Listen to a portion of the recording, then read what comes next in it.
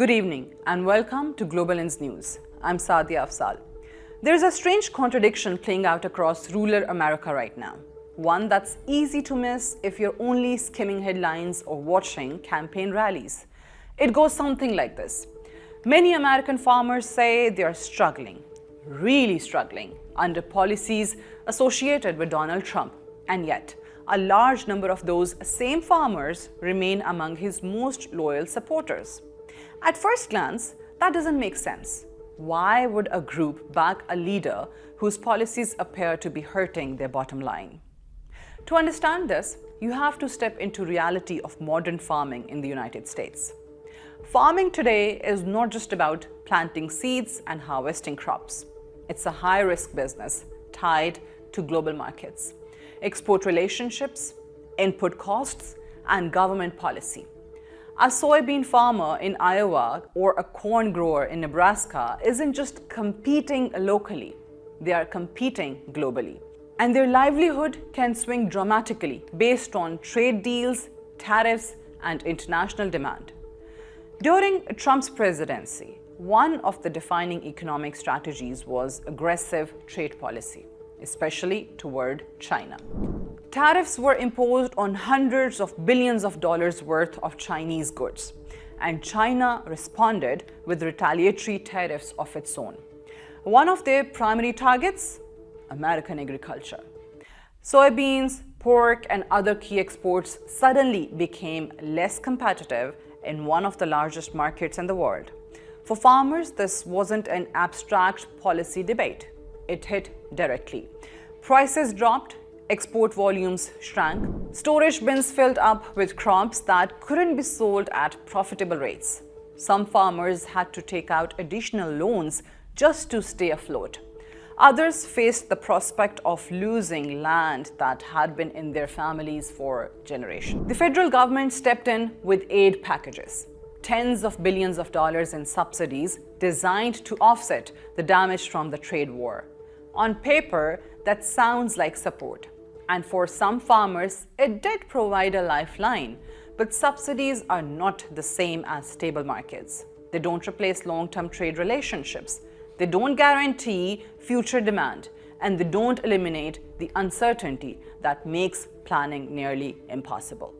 So the question becomes, if the policies created this level of disruption, why does the support remain so strong? Part of the answer lies in how farmers interpret the situation.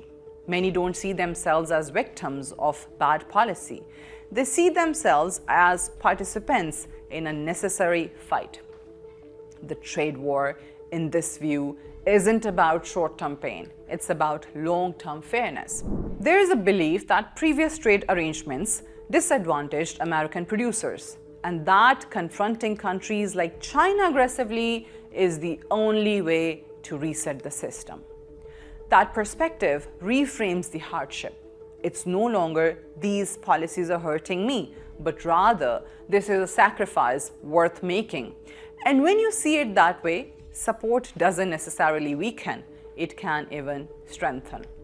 There's also a deep cultural and political alignment at play. Rural America tends to lean conservative, and many farmers connect with Trump's messaging beyond economics. Issues like regulation, environmental policy, taxation, and cultural identity all factor in. For example, some farmers feel burdened by environmental regulations they see as overly restrictive or disconnected from the realities of agricultural work. Trump's promises to roll back regulations resonate strongly in that context. Then there is the question of trust. For decades, many rural communities have felt overlooked or misunderstood by political and economic elites. Factories closed, small towns declined, and population shifted toward urban centers. When Trump talks about forgotten Americans, that message lands in places that feel exactly that, forgotten. Even if the policies are complicated or even harmful in some ways, the sense of being seen and represented carries real weight.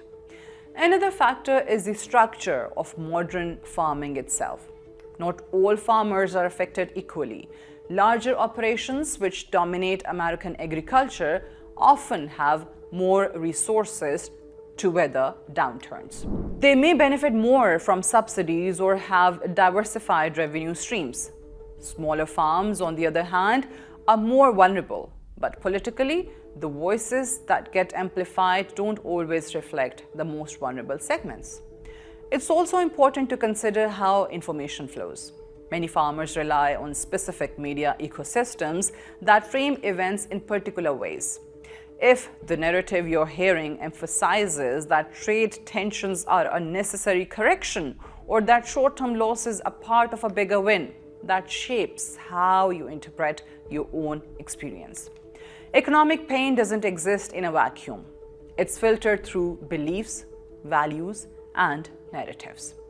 And then there is identity. Farming isn't just a job. It's often a way of life passed down through generations. Political identity can become intertwined with that. Supporting a particular leader or movement becomes part of how people define themselves and their communities. Changing that support isn't just about re-evaluating policies. It can feel like questioning who you are and where you belong. None of this means the contradiction disappears. Financial stress is real.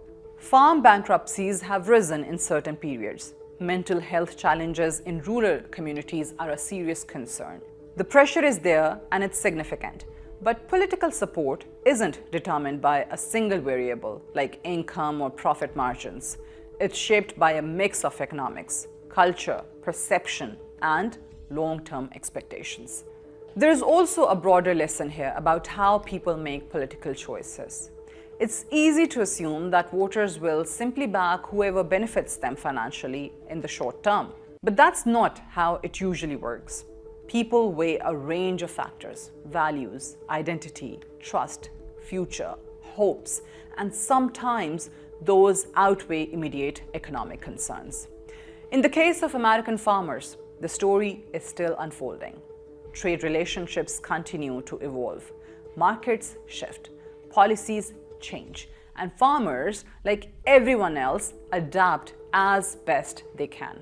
Some may eventually change their political views based on their experiences. Others may double down, believing that the challenges they face are part of a larger, necessary transformation. What looks like a contradiction from the outside starts to make more sense when you see the full picture.